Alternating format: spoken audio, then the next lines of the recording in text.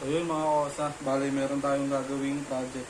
Bali ito ano na to, i-repair na lang natin kasi sa mga nakapanood, ito po yung ginawa ko dati na una, na pants na 4123 Blue Flames.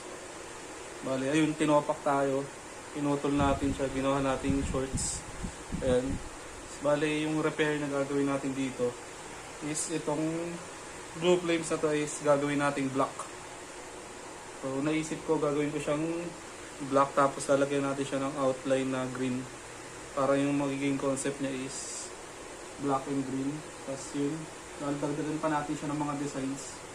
Yung bali naisip ko dito ano, sa side, yan side na to, lalagyan ko siya ng green flames dito, pataas siguro. Yan, magkabila sila dito, magkabila. Lalagyan natin siya dito.